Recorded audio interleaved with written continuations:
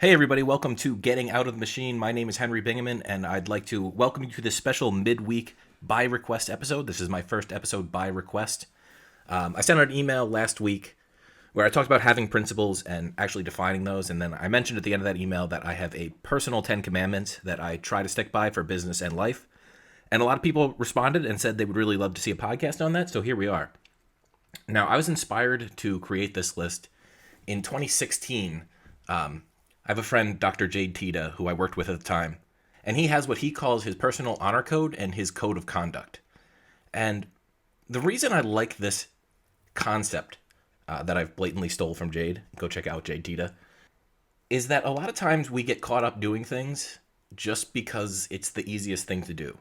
And we don't really think through the longer term consequences and ramifications of these types of decisions.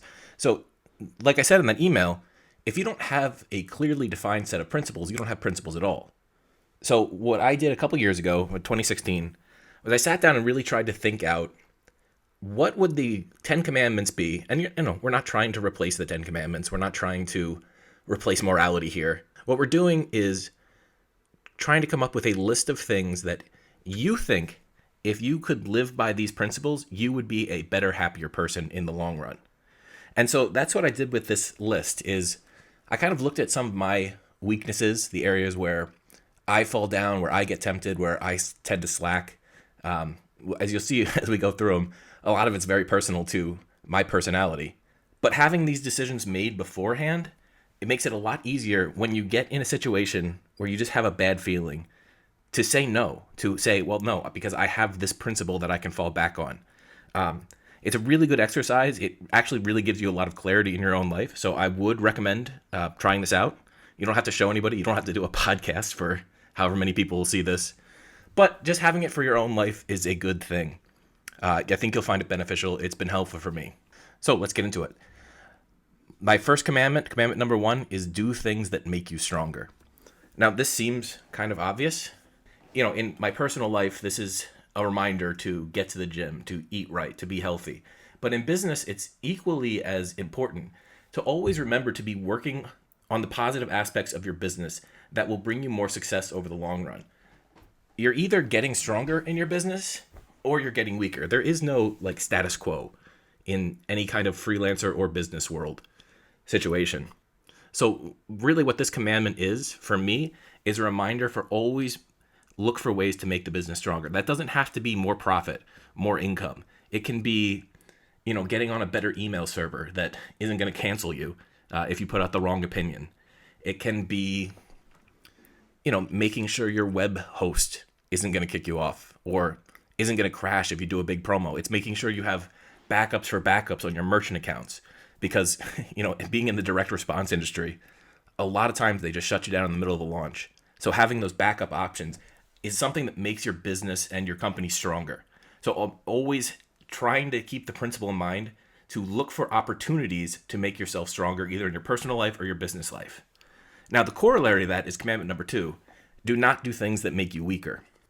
Now, in personal life, there's been times for me where I've gone through periods where I drink too much. Not like crazy blackout drunk type stuff, but just dude, chill out. You're hitting the bottle a little hard. You don't need this, 3-4 nights a week. And, especially in certain stressful periods of my life, going through bad breakups, things like that, it's becomes too much of a temptation. So for me, having this rule where I'm in the grocery store and I'm walking past the beer and wine, and I go, I don't need to do that. One of the things in business is I can actually write fairly well when I've had a couple drinks, but hangovers kill your productivity for the next day or two. And so that's just one example of something that makes you weaker. It could also be bad relationships in business. So if there's somebody that wants to partner up with you, but they have a little bit of a bad reputation, you're afraid some of that would tarnish you, just don't do those relationships. That makes you and your business weaker. So this is just my kind of reminder to avoid situations that put you in danger in any kind of way. Commandment number 3, reason from first principles. And my kind of comment on this is that assumptions are invisible anchors. This one's tricky. We make a lot of assumptions in general, and you kind of have to get through life. But anytime that you're making a major decision, whether it's in your personal life or your business life, don't do it because somebody else told you that, hey, this is the next hot thing. This is the, way to explode your business. Go back and actually sit down and think through it from first principles. The definition of first principles is, I'll just look it up. It's a first principle is a basic proposition or assumption that cannot be deduced from any other propositions or assumptions. In philosophy, first principles are from first cause attitudes and taught by Aristotelians, and nuanced versions of the first principles are referred to as postulates by Kantians. Screw Kant. Or Kant, I guess it's pronounced. The point is, you want to get to the core truth that you know to be a fact and reason from there. Like, will this thing work to make my business stronger? Will this work to make my life better? So this is basically a reminder to myself to not act on assumptions or assumed knowledge or inherited knowledge, something that somebody else told you. Always try to go back to the source and reason from the truth that you can deduce. Commandment number 4, listen first. You can learn something from everyone, even the idiots and losers. I threw that in just to amuse myself. But this is a very personal one because I tend to have a overinflated ego. So this is a reminder to myself that, look, you don't know everything. You don't have to come in the room and teach everybody everything. It's kind of funny for somebody putting out a podcast to say, but there is always something you can learn from someone else. So when you get in a room with somebody, when you have a meeting, whether it's, your personal life or your business life, just listen to what the other person is saying first and ask probing questions and actually try to get to the truth with them. Because even if it's a negative lesson, you can learn something from everybody, even their mistakes. All right, commandment number 5, act decisively. It's better to be wrong and course correct than to do nothing at all. I think this has actually been something that I've lived by for most of my business career.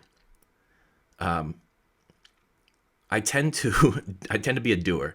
Most people that have any success in entrepreneurship are this way, but it's just a good reminder to myself that, look, you don't have to be right, but you can't be still. Do something.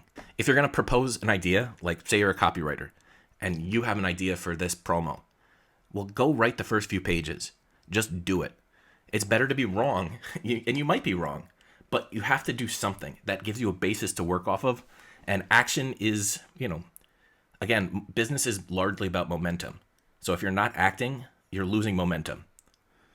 Commandment number 6, examine your fear, know where it's driving you.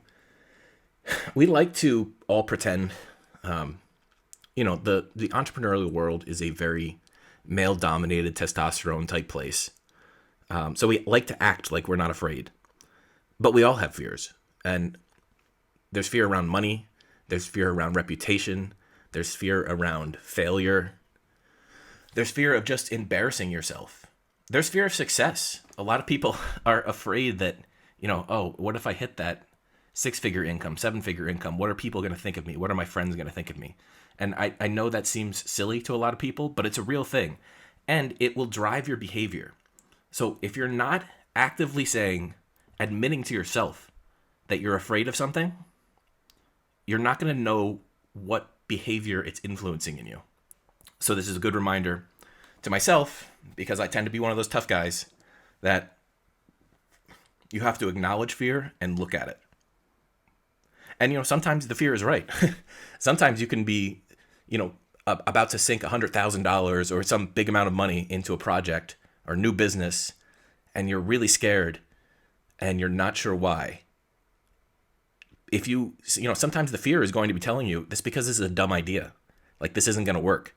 But if you don't examine it, look it right in the eye, if you just can tell yourself, oh, positive thinking, this is all going to work out. It's like, no, man, you really got to examine this. Fear can be healthy, but just know what the fear is and why you have it. All right, commandment number 7. Your identity is sacred. Do not surrender it to any group. This is a big one for me because I tend to, I have very strong ideas. So one of the tempting things for me was to, just come out and declare myself as a libertarian or an anarchist or, a part of this business group. But you can't rely on anyone else, or especially any group, to make up any significant portion of your identity. Certain groups can be part of your identity, but you don't want to let it overwhelm you and drive all your decisions. It's almost back to the first principles thing. You have to understand everything from the most base layer of truth that you can get to. Because the scariest things in the world, all the wars, all the holocausts and massacres that have happened, even, some of the rioting we've seen over the past few years, both right and left, it comes because people have sunk their entire identity into this political movement or this religious movement or this whatever movement they're part of, social justice movement, and they stop thinking. They give up their identity, and that just leads to bad things. Commandment number 8. I stole this one from Jordan Peterson, I think. I didn't realize it at the time, but back in 2016, 2017, I was listening to a lot of his podcasts, and this one snuck in, and then I saw it was actually one of the rules he has. But it is act in a way that you're not ashamed to talk about how you acted.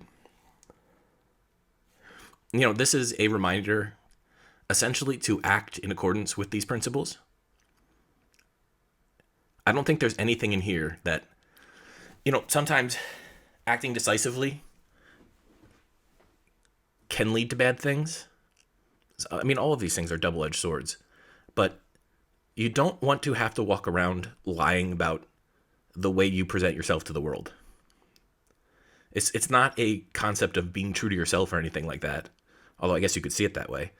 But if you're embarrassed about the things you're doing in your private life or your public life, you're just misaligned with your own values. So this is just a reminder that you should purport yourself in a way that you're not ashamed about. Commandment 9, give your suffering meaning. In your personal life, the only way you develop, you grow in any way, is through suffering. But there can be times where, you get in a relationship with somebody, let's say, and it ends up going horribly and you end up breaking up. Well, you can either, I see so many people fall back into the exact same type of relationships and just put themselves in this endless cycle of suffering because they don't look back at what they did and give it meaning. So in the case of a relationship, that just means you learned from, this type of person and I aren't compatible. Or, I missed these red flags, or I acted this way that I'm embarrassed about. But you can always learn something from suffering, and suffering is the ultimate catalyst for growth. So don't waste your suffering is another way to say this. For me, when it's, my business failures, I tend to write about them in emails. And I share these lessons, I share them with the wider world so that people can learn from the stupid things that I've done. And I've done a lot of stupid things in business. Everybody has that has spent any time in the entrepreneurial world. So don't let your suffering go to waste. And finally, commandment number 10 is God keeps the score. Now, I like this rule because a lot of us tend to keep track of things in our own mind. This person did something bad to me, I got to get it back. I did this person a favor, they owe me something. But it's not a good way to walk through life. Having those expectations and those, I got to get back at people, it's just not helpful for you. It actually leads to resentment and slows you down. So it's almost a karma-like lesson. If you do a lot of good things for other people, they're going to get paid back to you in some way or another, and you don't know how it's going to happen. But if you're keeping score and you're putting the expectations on people, you're just going to get resentful and bitter when the payback doesn't come in the form that you hope or expect. So this principle is really all about kind of surrendering control, saying, okay, I am not the God of the universe here. I believe that if I do good things will come back to me. And I don't have to keep score of, I did this, they owe me this, or I need to do this to them. What you really want to do is kind of surrender that control and say, look, all right, there's a higher power. This is all going to work out in the end. I'm going to operate my life and my business being the best person I can and trying to give value to other people and to the world and to my customers and to my friends and my relationships, and just have faith in a way that that's going to come back and benefit you in the end. All right, so that's it for my 10 commandments. It's kind of short episode, midweek. I just wanted to throw this out there. If you like this, like the channel, subscribe, leave a review on iTunes if you're on iTunes, and send me feedback. What do you think of this episode? Glad to have your comments. And I'm coming out with a new interview on Friday with my longtime friend, met him back in 2009, Roy Furr. It's a really great conversation, so I think you're going to love that. All right, everybody. Thanks for tuning in. Talk to you later. Hey, everybody. It's Henry here, and I want to give you a gift worth $599. That's not a joke. This is a promo breakdown I did with A-list copywriter Marcella Allison. Back in 2019, I copy-chiefed her through a very interesting promotion in the financial space. This promotion went on to sell, I think, somewhere in the neighborhood of $10 million. It's called the $5.5 million promo breakdown because that's where it was at when we recorded the lessons. But this was her most successful promo ever. Now, even if you're not a copywriter, this is a great training for a bunch of different reasons. Because here's the thing, Marcella records and saves everything. So you're going to get to hear the actual moments where we come up with a big idea and how we work through the psychology of what it takes to get someone from a prospect to a customer. Now, this is a 10-video course. It has everything. It goes through the 5 biggest secrets of selling in one of these long video promos. So that includes the big idea. So how to find a compelling idea that weaves a golden thread through the whole promo. Misdirection, how to plant the seeds that keep people engaged through the whole promo without using any of those shady tactics. We talk about how to give your guru superpowers. Basically, this is all about making the voice of your promo a superhero in the audience's mind. We talk about entertainment. This is how to breathe life into your copy so it doesn't sound like just a dry recitation of facts and figures. And then there's my favorite, transmutation. That's how to take an ordinary product and turn it into an experience or a movement that people can get behind. Now, Marcella just sold her Titanides business, and this was literally for sale for $599 in that business. And when she sold the company, I said, hey, remember that training we did? Can I get the rights to that to give it out to my list? And her and the new owners agreed, so that's what you get here. Now, if you want to get this training, just go to henryb.co/Roy. That's the link because I was first planning on releasing it on Friday during my interview with Roy Furr. But you can get it right now at henryb.co/Roy. If you download it, I hope you enjoy it.